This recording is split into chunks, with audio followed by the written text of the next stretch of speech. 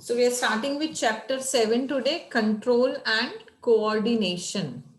Now, when you say control and coordination, what are you trying to control? What are you trying to coordinate? So this is basically about responding. देखो living organism का एक बहुत ही important characteristic है, that is responding to stimulus. So what is stimulus? Stimulus का मतलब हो गया change in the environment. ठीक है, जैसे फॉर एग्जाम्पल वो चेंज किसी भी फॉर्म में हो सकता है, heat, cold, sound, smell, touch, taste, ये सारी चीजें हम एग्जाम्पल के साथ देखेंगे. तो स्टिम्युलस का मतलब क्या है? स्टिम्युलस का मतलब है, जैसे फॉर एग्जाम्पल मैंने कहा हीट इज अ स्टिम्युलस. तो जैसे आप कहीं किचन में खाना बना रहे हो, आपका हाथ गरम तवे पे पड़ गया, तो आप उसको कैसे परसीव करोगे? कैसे पता चलेगा कि ये चीज गरम है या ये चीज ठंडी है? How will you sense it? कैसे फील करते हो? ठंडा, गरम, soft? Please answer. Soft, rough? Touch हाथ से. टच से करते हो, है ना? सो you have got skin which is able to sense about the heat, cold, pressure, or I should say rough, smooth. ये सारी चीजें आप कैसे फील करते हो? टच से फील करते हो. तो ये जो चेंज हुआ एनवायरनमेंट में, आपको गर्म लगा, ठंडा लगा, स्मूथ लगा, प्रेशर फील हुआ, तो इसको बोलेंगे स्टिम्युलस. तो स्टिम्युलस मतलब any change that is taking place in your environment. Environment का मतलब है आपके अलावा जो भी सराउंडिंग है, everything is your environment. Similarly sound. तो like you might be expose to so many sounds. अच्छा मुझे बताओ कि जब आप कोई बहुत अच्छा सॉन्ग सुनते हो तो आपको कैसा फील होता है? How do you feel? अच्छा फील होता है. अच्छा फील होता है. कभी आपका मूड बूस्टअप हो जाता है, कोई बहुत ही एंथुसियास्टिक गाना होता है तो. लेकिन जब आप किसी को झगड़ा करते हुए सुनते हो, कोई आपको डांटता है, आपको कोसता है, आपको कैसा लगता है?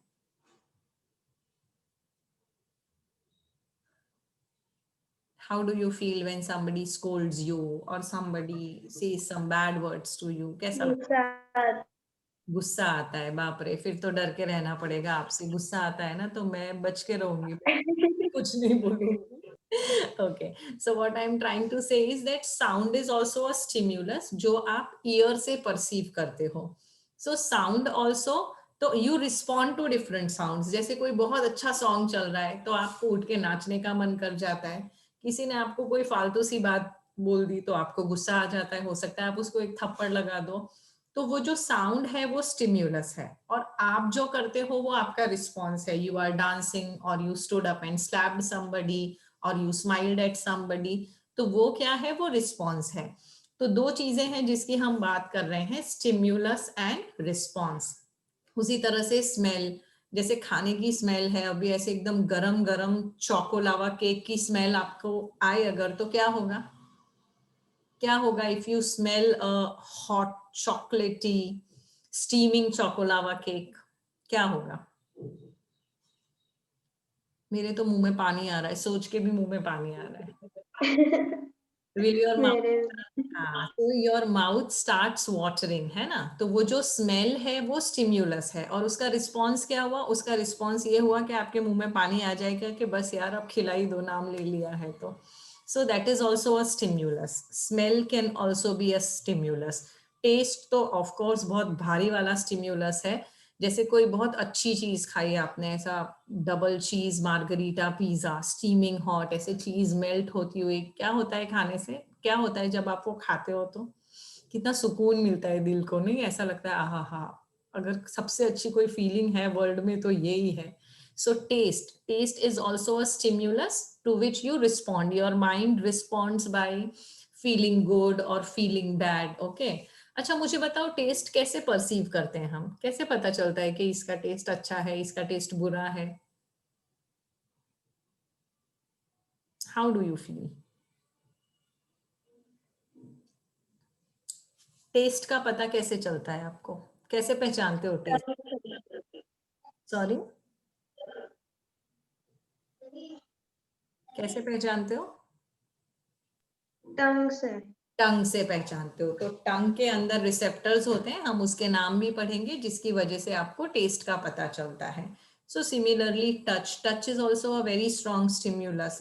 टच, स्मेल, ये दोनों बहुत ही स्ट्रॉन्ग स्टिम्युलस है which can make you feel good और which can make you feel bad.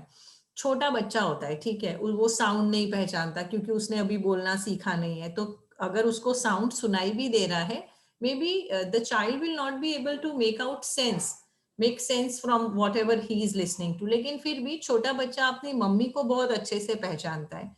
कैसे पहचानता है? How does the child respond to the mother? मतलब कैसे पता चलेगा कि हाँ अब मैं मम्मी के पास आ गया and the child stops crying?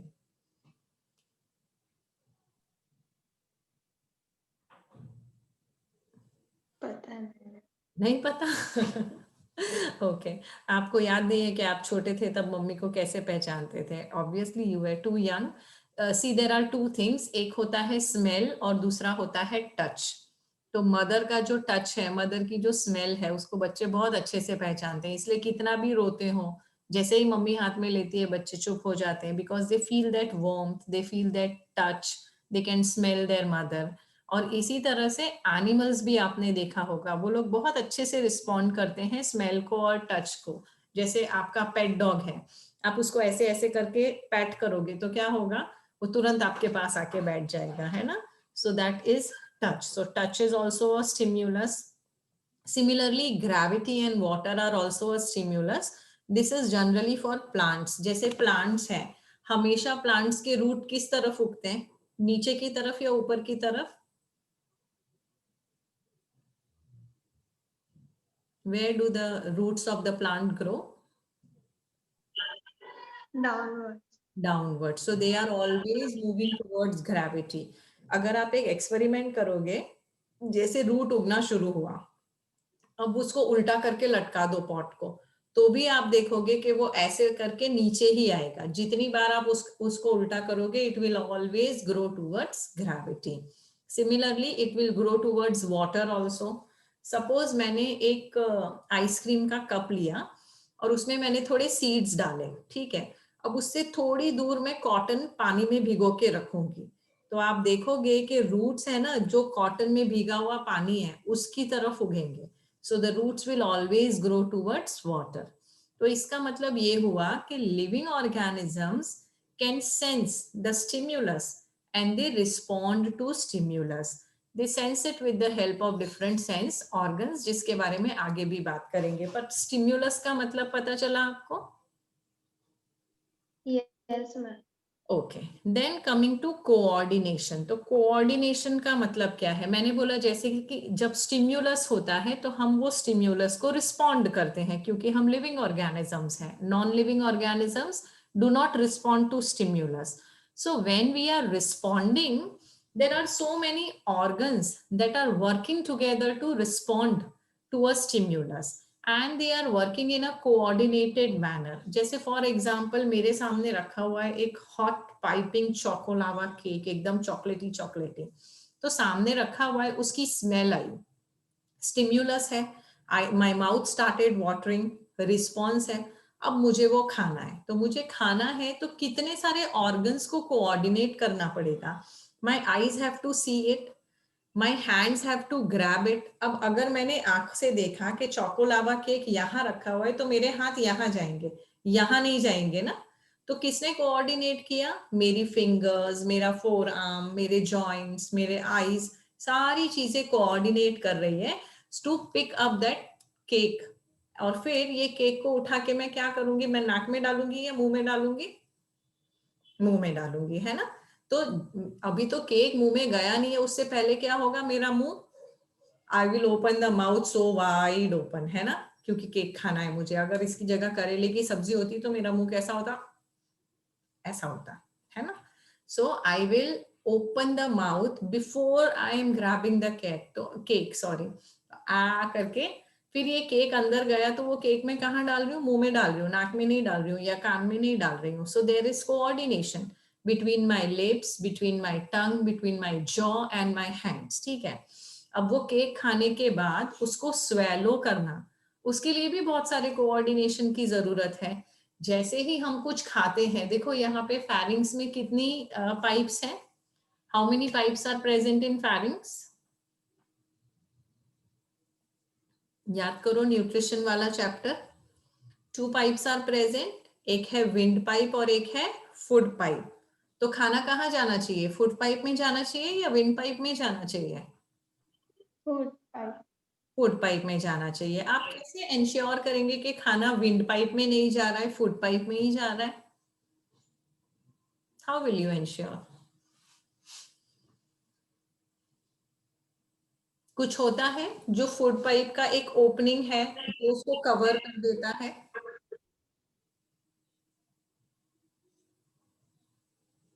Remember that opening. Wind pipe का जो ओपनिंग है उसको कहते हैं ग्लॉटिस। और वो ग्लॉटिस को कौन कवर कर देता है? एक कार्टिलेजिनियस फ्लैप है जिसका नाम है एपिग्लॉटिस। तो ये स्वेलोइंग का रिफ्लेक्स है, कोऑर्डिनेशन है, कि जैसे ही आप कुछ मुंह में डालते हो, बकल कैविटी में जैसे ही कुछ जाता है, ऑटोमेटिकली एपिग्लॉटिस बंद हो जाएगा। लाइक एपिग्लॉटिस ग्लॉटिस को कवर कर देगा और फूड कहाँ एंटर करेगा? इसोफेगस में एंटर करेगा। So this is also coordination, isn't it? The food entering food pipe. And then जैसे ही food pipe में जाता है, क्या होता है? आपका जो इसोफेगस है उसमें पेरिस्टालसिस शुरू हो जाता है। What is peristalsis?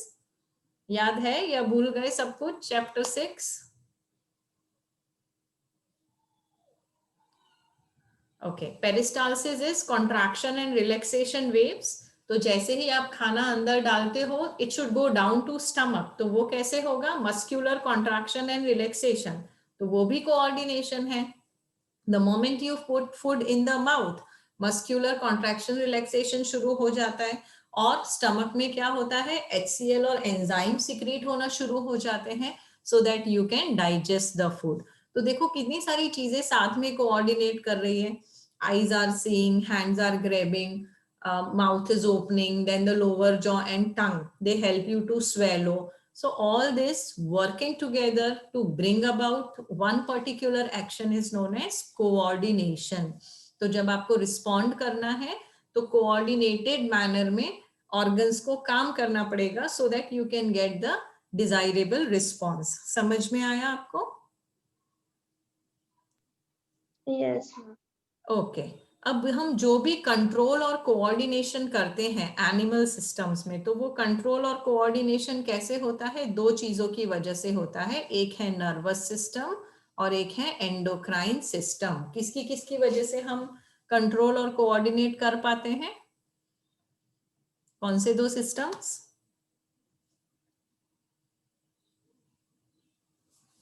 Come on, it is on your screen.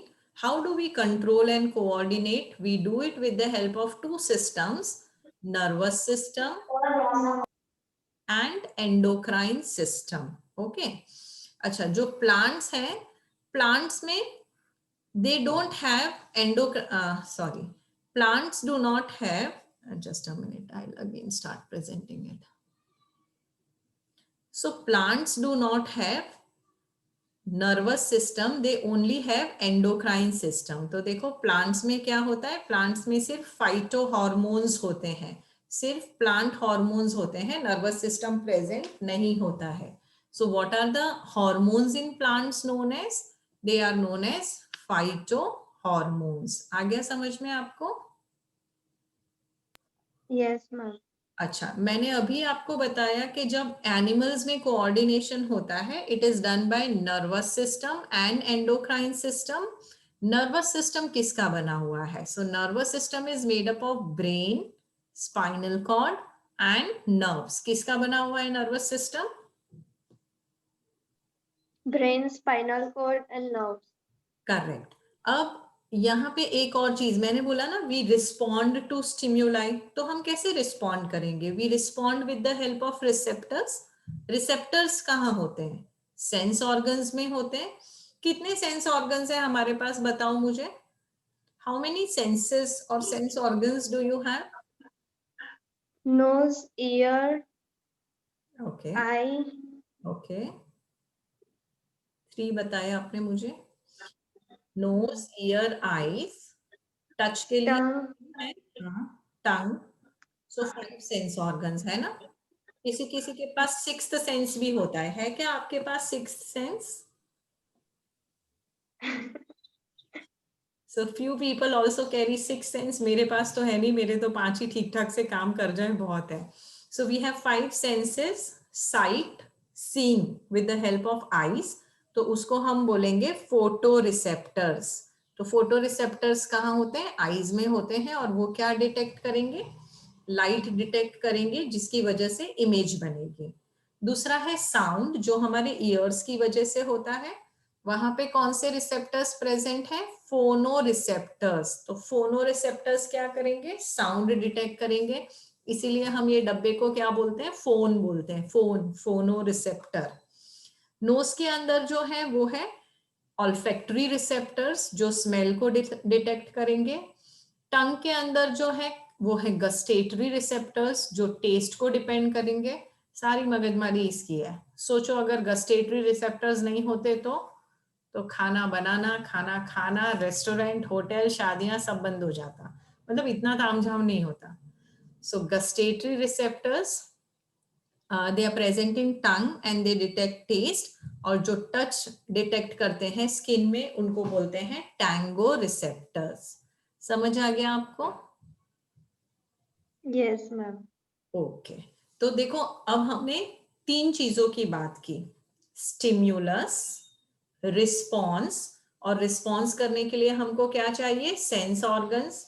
और सेंस ऑर्गन्स के अंदर क्या है? रिसेप्टर्स। तो स्टिम्युलस आया। स्टिम्युलस को किसने रिसीव किया? सेंस ऑर्गन के रिसेप्टर ने रिसीव किया। उसने क्या किया? उसने मैसेज भेजा सेंट्रल नर्वस सिस्टम में। सेंट्रल नर्वस किसका बना हुआ है? ब्रेन और स्पाइनल कॉर्ड का। तो depending upon the urgency of the stimulus, या तो वो ब्रेन में गया या तो वो स्पाइनल कॉर्ड में गया। ये मैसेज कौन लेके गया? ये मैसेज स्पाइनल नर्व्स लेके गए। ओके, सॉरी, सेंसरी नर्व्स लेकर गए।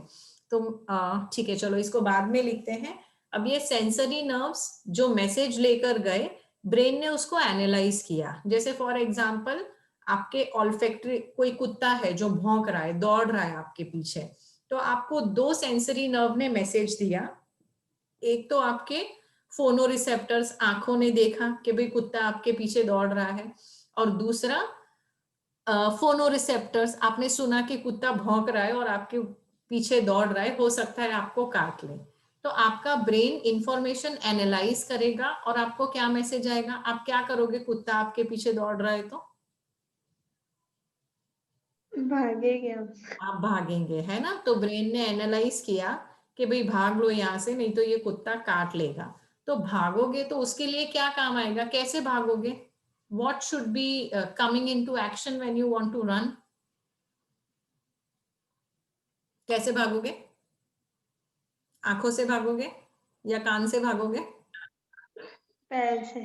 पैर से भागोगे। तो पैर के अंदर मसल्स है ना। तो देखो, स्टिम्युलस क्या था? साउंड और साइट। मैसेज कौन लेके गया? Sensory nerves. कहाँ लेकर गए? ब्रेन में। ब्रेन ने एनालाइज किया कि भाग लो यहाँ से जल्दी। तो ब्रेन ने अच्छा, मैसेज कैसे गया? सेंसरी नर्व से। वापस ब्रेन ने मैसेज भेजा कहाँ? आपके पाँव के मसल्स को। तो पाँव के मसल्स कॉन्ट्रैक्ट रिलैक्स होना शुरू होंगे। अब वो मैसेज कौन लेकर गया? तो ब्रेन से ऑर्गन तक जो मैसेज लेकर जाता है उसको क्या बोलते हैं? Motor nerve. सेंसरी ऑर्गन से ब्रेन तक जो मैसेज लेकर जाता है उसको क्या बोलते हैं? Sensory nerve. क्लियर है? yes, ma'am. और फिर आपके पाँव की मदद से, हाथ की मदद से, what ever what you do is you start running, के भाई जान बचा लो, नहीं तो कुत्ते ने काट लिया तो फिर इंजेक्शन लेना पड़ेगा एंटी रेबीज का। बड़े बड़े वाले, अब बड़े बड़े नहीं आते, अब 3 ही इंजेक्शन आते हैं। ओके, सो जो भी इफेक्टर है, इफेक्टर एक्शन किससे आता है? 2 चीजों से आता है, या तो मसल से आएगा या तो ग्लैंड से आएगा। तो मसल्स मतलब जैसे मैंने बोला कि आप भागना शुरू करोगे। अब एक और सिचुएशन समझो। सपोज आप वो बड़ा सा जो व्हील होता है उसको क्या बोलते हैं? Giant wheel. जाइंट व्हील में बैठे हो, ठीक है। बैठते हो कभी जाइंट व्हील में? Do you sit in rides? Yes, ma'am. क्या होता है जब वो ऐसे ऊपर नीचे जाता है तब क्या होता है? Heart beats fast हो जाता Heart beats fast होती है. You have butterflies in your stomach. Sometimes you get goosebumps, है ना? तो ये सारी चीजें क्यों होती है? हार्ट बीट फास्ट होना, एक्साइटेड फील करना, सेंस ऑफ एडवेंचर फील करना, ये सब क्यों होता है? ये हॉर्मोन्स की वजह से होता है. और हॉर्मोन्स कहाँ से आते हैं? ग्लैंड से आते हैं. So there are happy hormones, ठीक है, जिनकी वजह से आपको अच्छा फील होता है. फील गुड हॉर्मोन्स बोलते हैं. There are hormones that can make you feel excited. Epinephrine, norepinephrine, adrenaline, noradrenaline. Okay, तो जो भी स्टिम्युलस है उसकी इफेक्ट दो चीजों से आ सकती है, या तो मसल से या तो ग्लैंड से. ठीक है, चलो अब मेरे थोड़े सवालों का जवाब दो. सेंसरी नर्व इंफॉर्मेशन कहां से कहां लेके जाएंगे?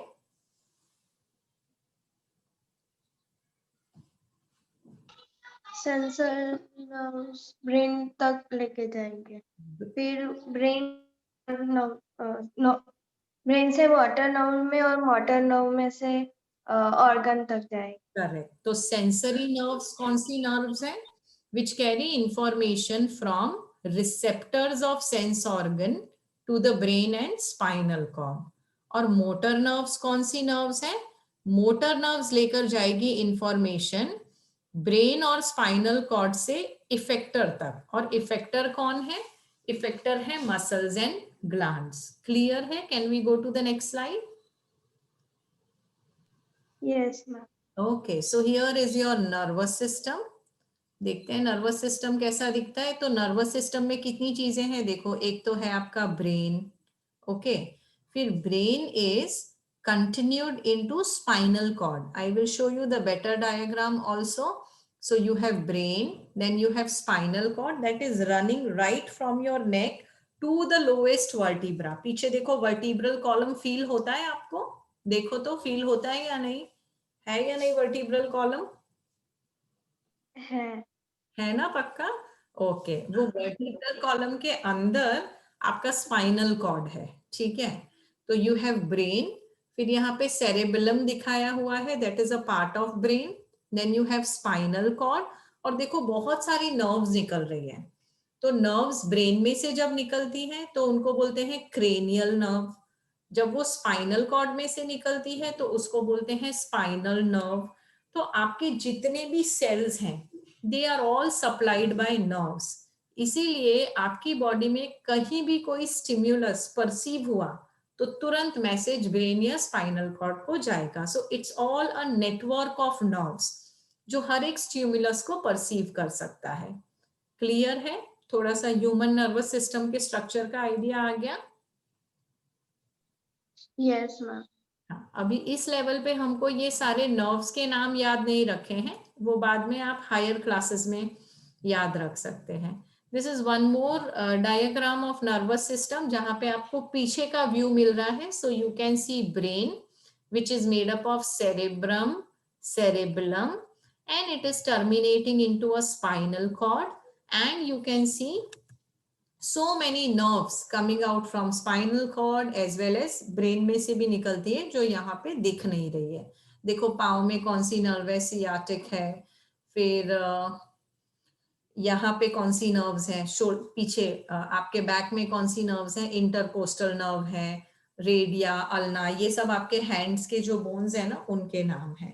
सो नर्व्स अभी याद नहीं रखनी है, पर ये याद रखना है कि एक नेटवर्क है जो बहुत अच्छे से हर एक सेल को ब्रेन के साथ कनेक्ट कर रहा है. तो when you talk about human nervous system, दो तरह के नर्वस सिस्टम है. Like human nervous system can be classified into, और it consist of central nervous system and peripheral nervous system. तो ह्यूमन नर्वस सिस्टम किसका बना हुआ है? दो चीजों का, सेंट्रल और पेरिफेरल. सेंट्रल नर्वस सिस्टम किसका बना हुआ है? Brain and spinal cord. और पेरिफेरल नर्वस सिस्टम किसका बना हुआ है?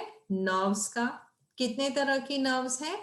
क्रेनियल जो ब्रेन में से आ रही है, और स्पाइनल जो स्पाइनल कॉर्ड में से आ रही है. क्लियर है? Yes, ma'am. चलो तो फटाफट से मुझे ये फ्लो चार्ट कंप्लीट करके बताओ. Human nervous system is consisting of which two things? Central nervous system and peripheral nervous system.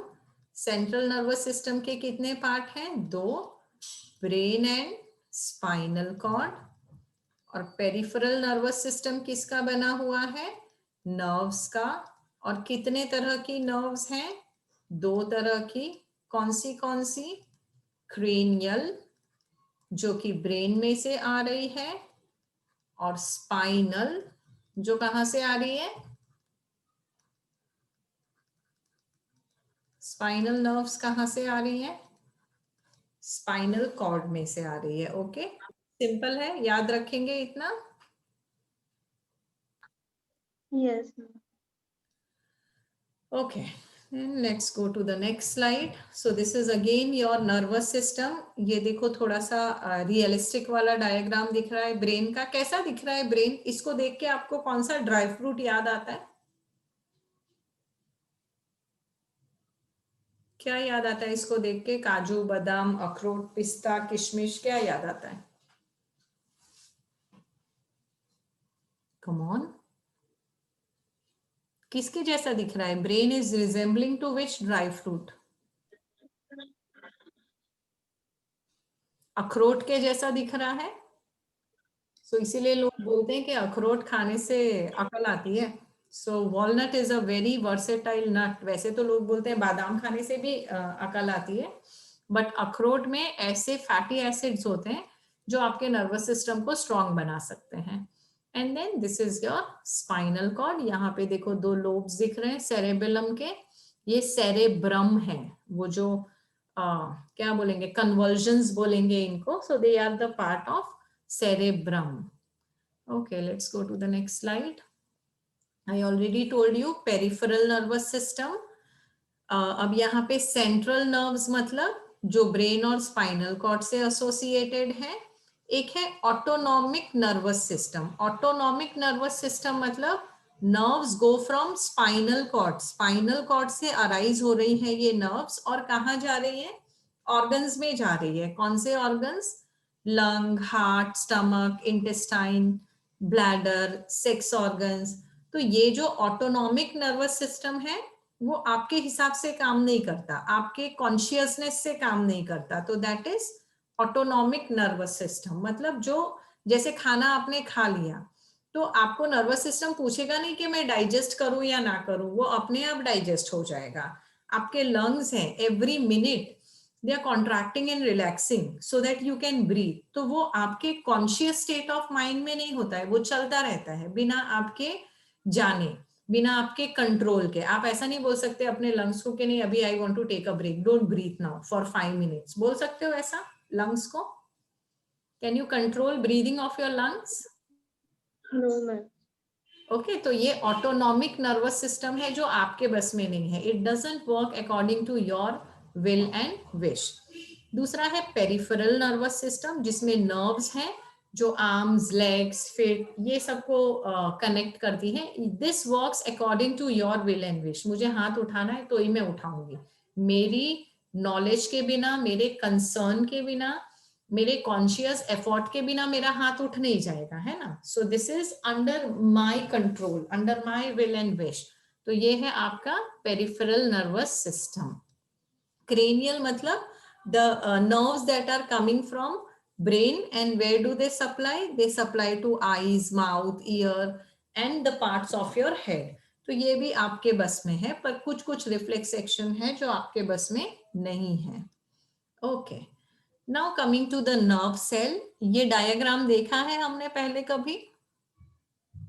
Yes, ma'am.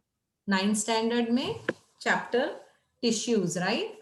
तो neuron is the structural and functional unit of the nervous system. तो nervous system किसका बना हुआ है? Neurons का बना हुआ है. न्यूरॉन किसका बना हुआ है?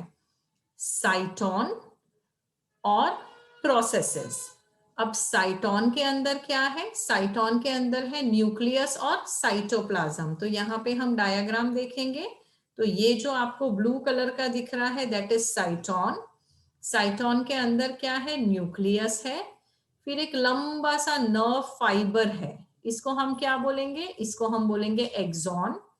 छोटे छोटे कुछ और भी यहाँ से प्रोजेक्शंस निकल रहे हैं, इनको हम क्या बोलेंगे, डेंड्राइट्स। तो कितनी चीजें देख ली अभी हमने, cell body, nucleus, dendrites and axon. ठीक है, अब एक न्यूक्लियस सॉरी एक न्यूरॉन दूसरे न्यूरॉन से फिजिकली कनेक्टेड नहीं रहता है। What do I mean by this, suppose ये आपका एक न्यूरॉन है लेट अस से, ठीक है, ये आपका दूसरा न्यूरॉन है। अब इन दोनों के बीच में कोई फिजिकल कनेक्शन नहीं है, they are not physically connected, there is a gap between them. ये गैप को क्या बोलेंगे, ये गैप को बोलेंगे साइनेप्स। समझ में आया, what is synapse? Yes, ma'am. Okay, so what is synapse? It is the junction between two neurons. अच्छा, अब ये जो एक्सॉन है यहाँ पे, ये axon is covered by a layer of fatty acid. It is covered by a sheath which is known as myelin sheath. तो आपको मतलब समझ में आया? Like for example, if I want to draw here, ये आपके एक्सॉन के sales हैं, ठीक है। तो एक्सॉन के जो सेल्स हैं, श्वान सेल्स बोलते हैं उनको, these are covered with the help of a sheath. ये जो शीथ मैं बनाती जा रही हूँ यहाँ पे, एक कवरिंग है। कवरिंग को क्या बोलेंगे, कवरिंग को माइलिन शीथ बोलेंगे, जो फैटी एसिड्स की बनी हुई है। ओके, अब आप मुझे एक बात बताइए, आपके घर में वायरिंग होगी, है ना, तो वो जो वायर्स हैं वो कैसे हैं, वो कवर्ड है कि आपको कॉपर वायर दिखता है? आर द वायर Cover है। कवर्ड, है ना, इंसुलेशन है, they are covered with the help of a plastic covering. और उसका एक कोड भी होता है, रेड कलर कोड है, ब्लैक कलर कोड है, ग्रीन कलर कोड है, उसके बारे में हम पढ़ेंगे इलेक्ट्रिसिटी में। पर वो कवरिंग क्यों है, why are they covered with plastic, why should they be covered with a plastic sheet or whatever insulation? क्या होगा अगर वो वहां से निकल गया तो?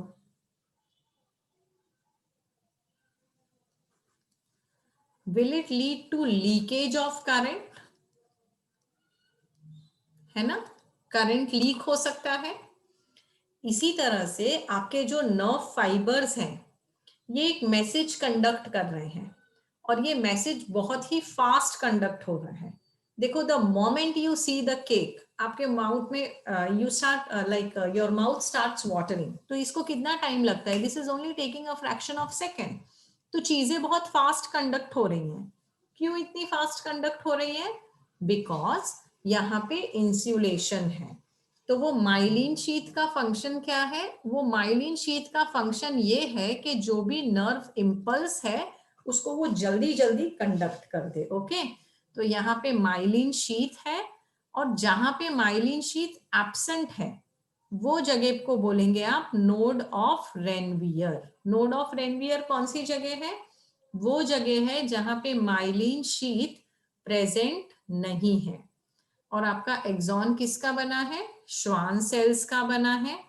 अब मैंने आपको बताया इंफॉर्मेशन कंडक्ट हो रही है, ठीक है। जैसे फिर से एग्जांपल ले लेते हैं, let us say I will take the example of a barking dog. Okay, तो जैसे ही कुत्ता बार्क कर रहा है और मेरे पीछे दौड़ रहा है, तो मुझे कानों में सुनाई दिया, तो मेरे कान के अंदर, ईयर के अंदर एक ऑडिटरी नर्व है, वो नर्व में एक केमिकल और इलेक्ट्रिकल सिग्नल जनरेट हुआ, उस इलेक्ट्रिकल सिग्नल को हम बोलेंगे नर्व इम्पल्स।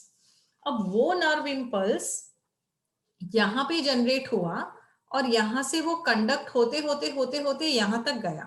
कहाँ तक गया, एक्सॉन के टर्मिनल तक गया। अब वो एक एक्सॉन से दूसरे एक्सॉन, दूसरे एक्सॉन से तीसरे एक्सॉन, ये कंडक्शन होता जाएगा। तो वो कंडक्शन होते होते कहाँ गया, मेरे ब्रेन में गया। कंडक्शन कैसे हुआ, कंडक्शन हुआ in the form of electric nerve impulse. इतना समझ में आया आपको? Yes ma'am. अच्छा, अब ये जो इलेक्ट्रिकल नर्व इम्पल्स है ये एक न्यूरॉन से दूसरे न्यूरॉन तक पहुंचनी चाहिए, दूसरे से तीसरा, तीसरे से फोर्थ, लेकिन ये दोनों तो आपस में फिजिकली कनेक्टेड नहीं है, यहाँ पे गैप है। क्या बोलते हैं इस गैप को? What is the gap known as? Very good, it is known as synapse. तो यहाँ पे जब कंडक्शन होना है तो कैसे होगा? The conduction will take place with the help of chemical messages, और जो केमिकल मैसेजेस लेकर जाते हैं उनको क्या बोलते हैं? उनको बोलते हैं न्यूरोट्रांसमीटर्स। तो जो केमिकल कंडक्शन हो रहा है वो कैसे हो रहा है? It is happening with the help of neuro transmitters. Okay, तो दोनों तरीके से कंडक्शन हो रहा है, यहां से यहां तक इलेक्ट्रिकल और यहां से यहां तक केमिकल, और फिर वापस इलेक्ट्रिकल, फिर वापस केमिकल। समझ में आया? तो ये जो कंडक्ट हो रहा है उसको हम क्या बोलेंगे? उसको हम नर्व इम्पल्स बोलेंगे। क्लियर है आपको? Yes ma'am. Okay, so what will receive the information? Dendrite. And then what happens? It starts a chemical reaction. वो chemical reaction से क्या हुआ? Electrical impulse generate हुआ. Electrical impulse कहाँ गया travel करके? Axon तक गया, और इस तरह से वो further travel होता जाएगा। अगर वो sensory organ है तो towards the brain, अगर वो मोटर है तो away from the brain. Depend करता है कि आप कौन सी नर्व की बात कर रहे हैं। ओके, तो आप स्क्रीनशॉट लेके structure of typical neuron draw करेंगे, जो मैंने फ्लो चार्ट बनवाया है नर्वस सिस्टम का बोर्ड पे, वो भी ड्रॉ करेंगे। And then let's go further. This is again the same thing. यहाँ पे देखो, यहाँ पे दो न्यूरॉन्स बनाए हुए हैं। ओके, तो दो न्यूरॉन्स के बीच में क्या है? साइनेप्स है। साइनेप्स के बाद वाला सेल क्या हो जाएगा? Post synaptic cell. और साइनेप्स के पहले वाला सेल क्या हो जाएगा? उसको बोलेंगे प्री साइनेप्टिक सेल। और इम्पल्स कहां से कहां जा रहा है? देखो इस डायरेक्शन में जा रहा है impulse. Okay, so you will draw the structure of neuron. Okay, now coming to the brain, anatomy of brain पढ़ते हैं कि brain किसका बना हुआ है। So brain is the main coordinating center in the human being, human body. अब क्योंकि ये इतनी इंपॉर्टेंट चीज है, इसको प्रोटेक्ट करना पड़ेगा ना, तो किससे प्रोटेक्ट करेंगे हम इसको? क्रेनियम से प्रोटेक्ट करेंगे। क्रेनियम क्या है? क्रेनियम एक बोनी पार्ट है जो ब्रेन जैसे डेलिकेट सॉफ्ट टिश्यू को या ऑर्गन को प्रोटेक्ट करता है। तो brain is protected by what?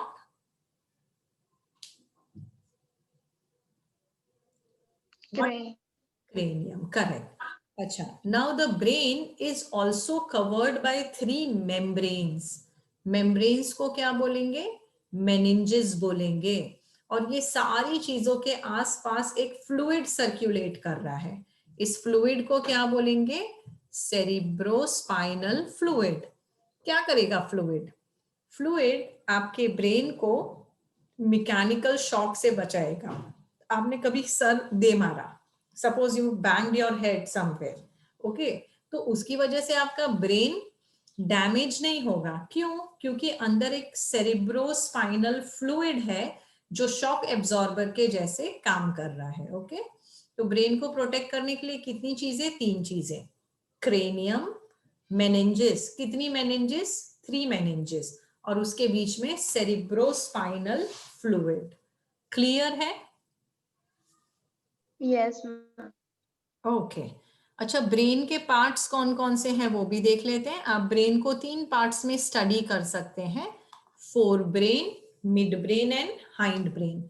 Four bio में देखो टर्म्स होती है, जैसे ये जो पार्ट है इसको बोलेंगे फोर, ये जो पार्ट है इसको बोलेंगे हाइंड। ठीक है, आपके जो हाथ हैं उनको हम बोलते हैं फोर लिम्स, पांव हैं उनको बोलते हैं हाइंड लिम्स। तो वैसे ही फोर ब्रेन मतलब आगे का पार्ट, हाइंड ब्रेन मतलब पीछे का part. Okay, so you have fore brain, mid brain and hind brain. Fore brain किसका बना हुआ है? फोरब्रेन बना हुआ है सेरेब्रम और ऑल्फैक्टरी लोब्स का। ये जो सेरेब्रम है ये सबसे इंपॉर्टेंट पार्ट है आपके ब्रेन का। It is the thinking part, जहाँ पे आइडियाज आते हैं, जहाँ से आप चीजों को परसीव करते हैं, एनालाइज करते हैं। तो ये सारी चीजें कहाँ होती है? थिंकिंग पार्ट ऑफ ब्रेन में, that is cerebrum. So it controls the voluntary actions of the brain. मैं किस तरह से चल रही हूँ, हाथ हिला रही हूँ, बोल रही हूँ, all that, all those are voluntary action जो हम अपनी मर्जी से करते हैं। so that is controlled by cerebrum। और क्या क्या कंट्रोल होता है यहाँ पे? so it also controls touch, smell, hearing, taste, sight, thinking, learning, memory, emotions, everything is controlled by forebrain।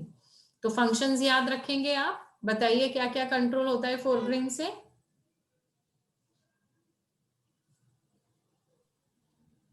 Speak. Voluntary action कौन सी कौन सी? And touch,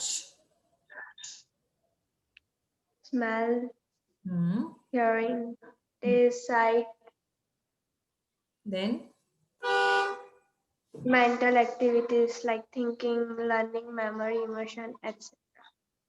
okay. So that is about forebrain. Midbrain क्या control करेगा? Involuntary actions. Involuntary action मतलब जो आपके बस में नहीं है। जैसे मुझे वॉमिटिंग हो रही है, मेरे बस में नहीं है, ना मैं वॉमिटिंग रोक सकती हूँ, ना मैं जानबूझ के वॉमिट कर सकती हूँ। अगर मुझे अभी ऐसा मन करे, I want to vomit, can I do it? No. I can not. Suppose अभी मेरा मन कर रहा है कि my heart beat should grow, it should go fast. 72 per minute है अभी, और मैं चाहती हूँ अभी बैठे बैठे मेरी हार्ट बीट 150 पर मिनट हो जाए। Can I do that according to my wish? I can not do that. तो ये सारे इनवॉलेंट्री एक्शंस है।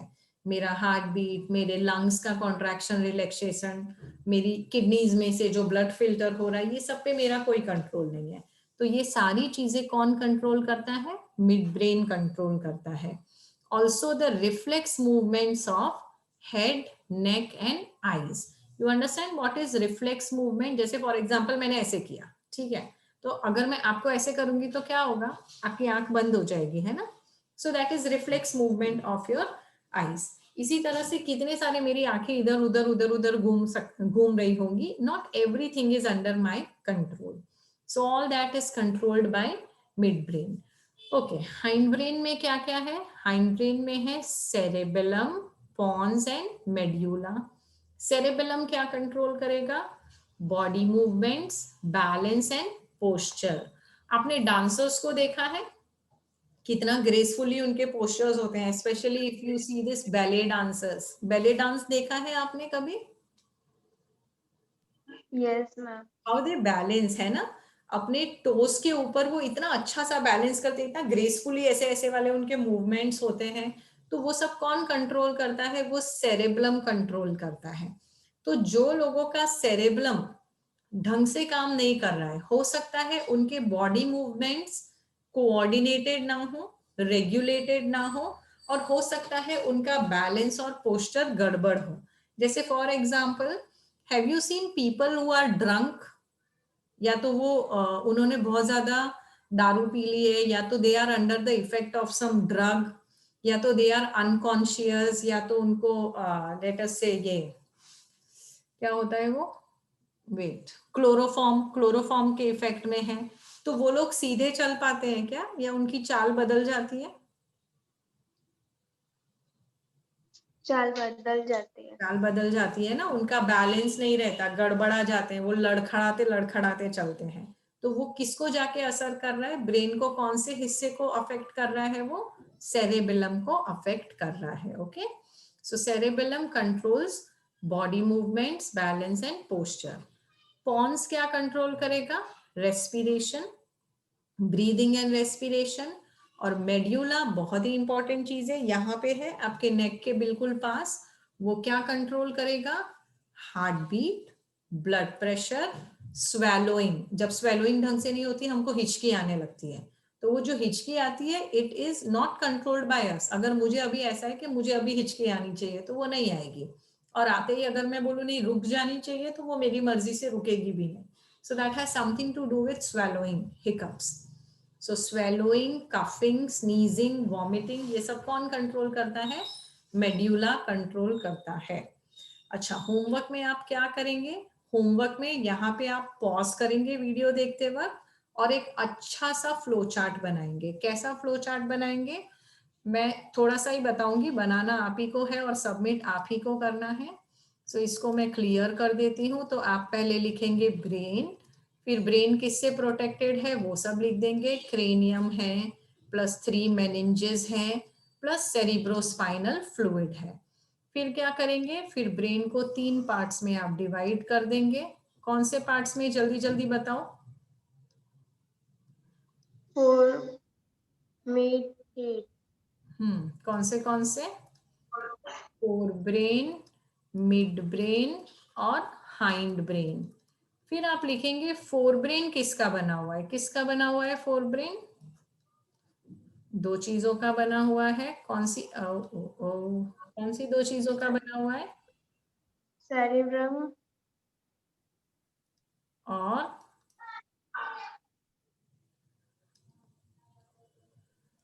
so if you want you can have a look again. It is made up of cerebrum and olfactory lobes. Okay, so ये किसका बना हुआ है? cerebrum and olfactory lobes। और मिड ब्रेन किसका बना हुआ है? सो मिड ब्रेन में हम जनरली सिर्फ फंक्शंस ही लिखेंगे, उसके और कोई पार्ट नहीं है। हाइंड ब्रेन किसका बना हुआ है? Cerebrum, pons and medulla. Text book लेके बैठे हैं? yes ma'am। So this is made up of three things. Which are those three things?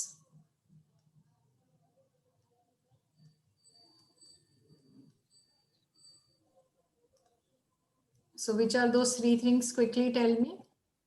cerebellum, Cerebellum pons and medulla। and medulla। फिर आप क्या लिखेंगे? फिर आप इसके फंक्शंस लिखेंगे। जैसे फोर ब्रेन के फंक्शंस क्या है? वो सारे फंक्शंस आप यहाँ पे लिख देंगे।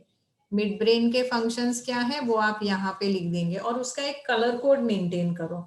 जैसे ये सब आपने पिंक में लिखा है तो फंक्शंस आप ब्लू में लिख सकते हैं। इसी तरह से सेरेब्लम के फंक्शन, पॉन्स के फंक्शन, मेड्यूला के फंक्शंस। आएगा बनाना फ्लो चार्ट?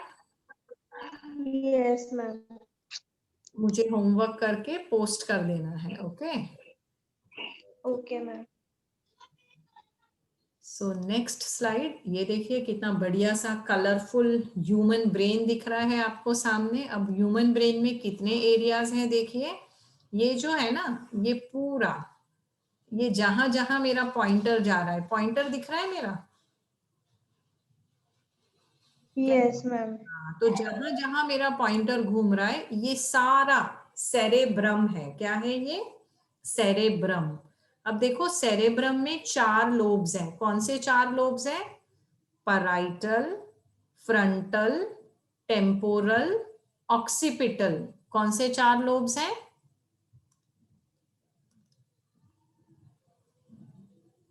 चलो चलो बोलो, हाउ मेनी लोब्स? 4। तो वो जब आप फ्लो चार्ट बनाएंगे ना, तो वो फ्लो चार्ट को ऐसे और इंफॉर्मेटिव बनाएंगे। तो यहाँ पे हम लिख देते हैं कौन से 4 लोब्स हैं। पैराइटल, टेम्पोरल, ऑक्सीपिटल, और कौन सा रह गया? एक फ्रंटल।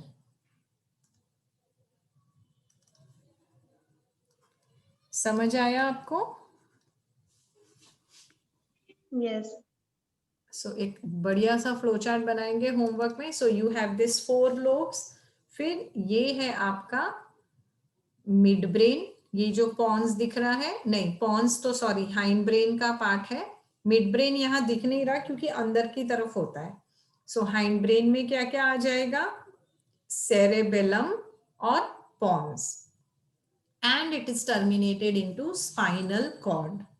स्ट्रक्चर क्लियर है ब्रेन का? Yes, ma'am. ओके अब यहाँ पे देखिए same thing is shown here. ये रहा आपका सेरेबेलम, ये रहा आपका पोन्स, ये मिड ब्रेन. एकदम छोटा सा रीजन है मिड ब्रेन, ठीक है, वो ढका हुआ रहता है सेरेब्रम और सेरेब्लम से. खोपड़ी खोल के देखना पड़ेगा मिड ब्रेन कहाँ है. ओके इसलिए नहीं दिखाते हैं. So and then what you see here is some other things also. इसको इसका नाम होना चाहिए डायनसेफेलॉन. स्पेलिंग रॉन्ग है यहाँ पे, DIEN cephalon ऐसा होना चाहिए. So you have diencephalon. Okay, it is here. So you have diencephalon here. And then यहाँ पे देखो ventricle लिखा हुआ है, थर्ड वेंट्रिकल, फोर्थ वेंट्रिकल. वो वेंट्रिकल्स क्या है? एक्चुअली आपका जो ब्रेन है वो अंदर से खोखला है. It is hollow from inside. अंदर जगह है जिसके अंदर फ्लूइड भरा हुआ है, तो वो जगह है उसको हम बोलेंगे वेंट्रिकल. समझ में आया? वेंट्रिकल मतलब it is hollow from inside. तो अगर मैंने आपके ब्रेन का सेक्शन लिया तो मुझे कहीं कहीं पर खाली जगह मिलेगी जहां पे सेरेब्रम भी नहीं है, सेरेबेलम भी नहीं है, कुछ नहीं है. तो those things are known as ventricle. Okay so that's all about brain.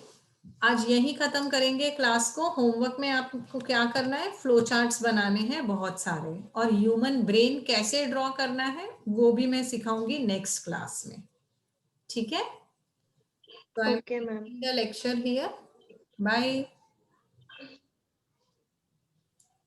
Okay bye. Do your homework. Bye, ma'am. Bye.